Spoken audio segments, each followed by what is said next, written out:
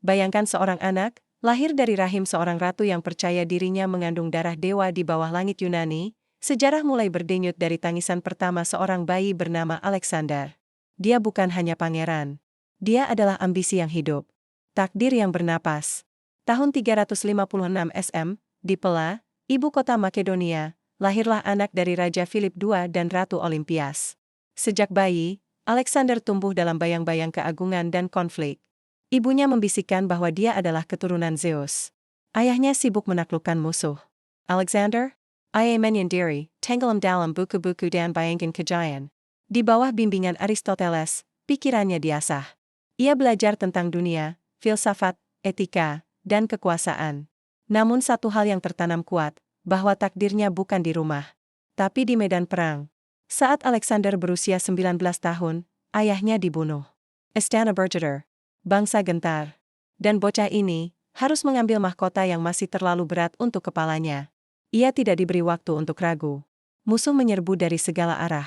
Sekutu berkhianat. Tapi Alexander memimpin, menindas pemberontak, mengeksekusi pengkhianat. Dengan tangan yang dingin dan hati yang membara, ia menunjukkan bahwa darah raja memang mengalir dalam dirinya. Dunia mulai menoleh. Si anak muda ini bukan pueris biasa. Apa yang dilakukan seorang raja muda setelah mengamankan tahtanya? Ia bermimpi lebih besar. Ia ingin menaklukkan kekaisaran terbesar di dunia saat itu, Persia. Orang menganggapnya gila. Tapi Alexander tak gentar. Ia melintasi Laut Aegea, memimpin pasukannya menyeberang ke Asia. Granicus, Issos, Gaugamela. 3 pertempuran besar. 3 kemenangan mutlak. Di setiap kemenangan, mitos Alexander tumbuh. Ia mengalahkan Darius. Ia menguasai Asia kecil. Tapi yang lebih menakjubkan, ia menaklukkan hati pasukannya. Mereka tak lagi menyebutnya raja. Mereka menyebutnya legenda.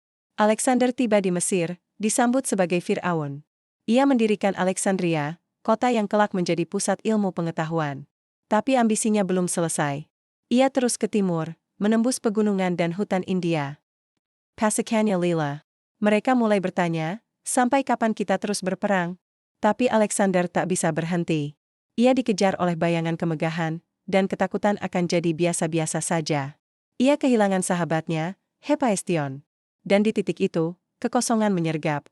Alexander menjadi keras, penuh kecurigaan, kedang kejam. Ia telah menaklukkan dunia, tapi tak bisa menaklukkan dirinya sendiri. Di usia 32 tahun, Alexander kembali ke Babilonia. Tubuhnya melemah, demam merajalela, suaranya memudar. Dokter tak mengerti penyakitnya. Para jenderal mulai panik. Lalu, Alexander berbisik, "Entah siapa Karajanko?" Dan ia tak memberi jawaban. Dia wafat. Dunia terguncang. Tak ada pengganti. Kekaisarannya pecah. Tapi warisannya tak pernah mati. Dia mati muda. Tapi dia mengubah sejarah. Ia mendirikan kota, membentuk budaya, mempersatukan dunia dalam cara berpikir baru.